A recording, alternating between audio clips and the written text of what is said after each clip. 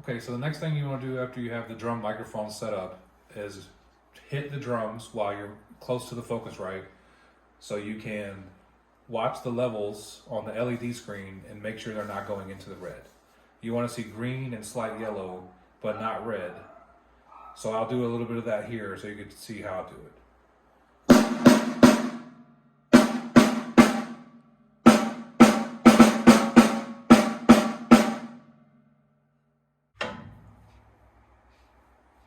So if you see a little bit of red, sometimes it's okay. You primarily want it to be green and yellow, but a little bit of red is okay. If you see any red, you want to make adjustments on the knobs here, whichever drum is corresponding to the red. So I'll play a little bit and you can see any adjustments that need to be made.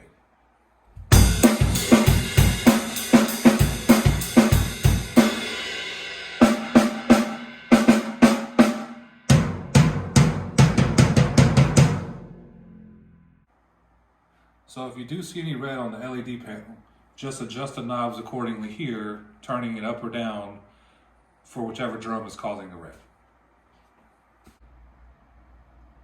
Now when your Focusrite is hooked to your GarageBand, you want to change a couple settings to make sure the multi-track recording is working.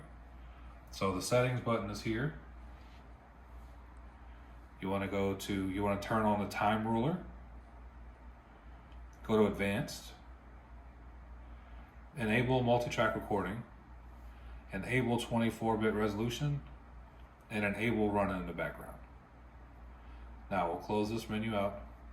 The last thing you want to do is make sure each channel is for each different microphone. So the way you can do that is hitting this button here. And here you'll see microphone 1 is on channel 1.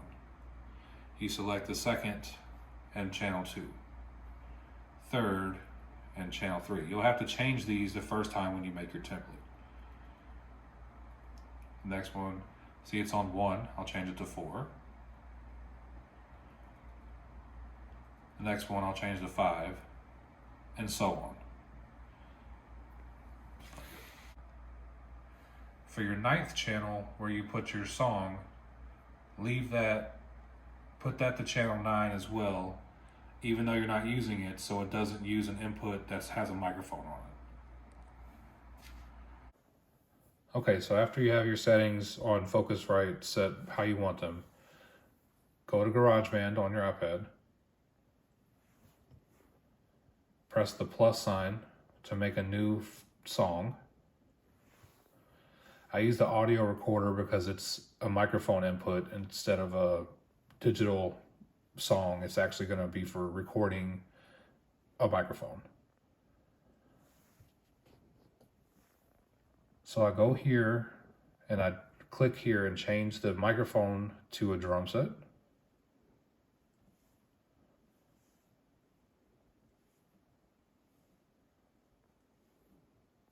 Okay, and then before I do anything else, I turn all the settings to 0.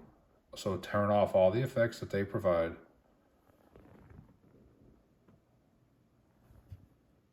Now everything is, there's no EQ at all. So now I'll hit this button again, the drums, and I'll hit save. And I'll name it as no EQ. Now it's here on the custom. So I'll have no EQ saved. So that's for every drum track. So now I'll hit the plus sign, or excuse me, I'll press the drum set here and I'll hit duplicate. There's a second one. There's a third one. You can get this screen away by pressing here. Now I'll do 8 of these, or actually 9.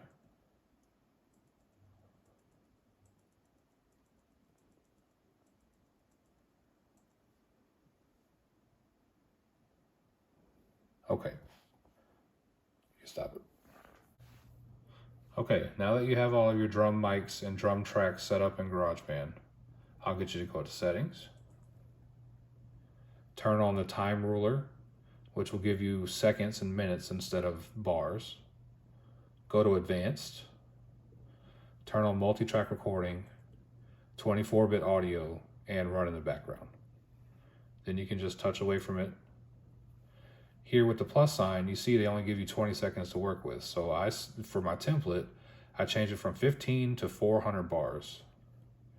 Again, you can just slide your finger up to change the bars. You don't have to press the arrow. So hold your finger down and slide it up.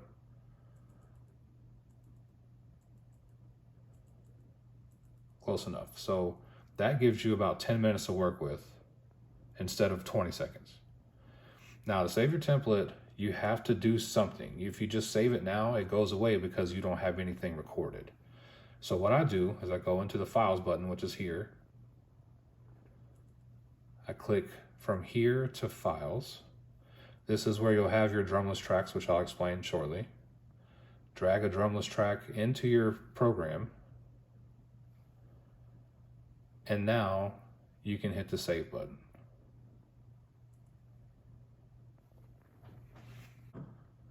I wanted to point out that I did drop the drumless track or audio file into the 9th slot. The reason I did that is because that's where you want to put your songs that you're going to play while you record on all 8 microphones. So always drag your music into the 9th slot, then save it. Okay, now that you've saved your song, you can copy that to use as a template. So that way you don't have to do all those settings every time. So what I do is I hold my finger down, press the duplicate button.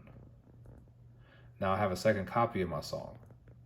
I'll open this one, the second one, and I can come in here and edit things and have my other one saved as a template to continue to copy. So since I'm going to record drums in a second, I'm going to erase the drumless track, and I'm going to go back and save it. And now it should save even though nothing's in there because it's a copy of the one that had something originally saved. So we're going to name this, we'll name this one, we'll name the second one the template, so you can then copy the template over and over to load in songs and have it set up how you want it.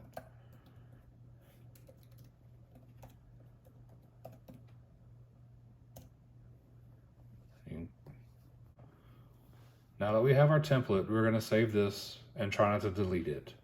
We're going to edit it later, but for now, this is the template we're going to use over and over.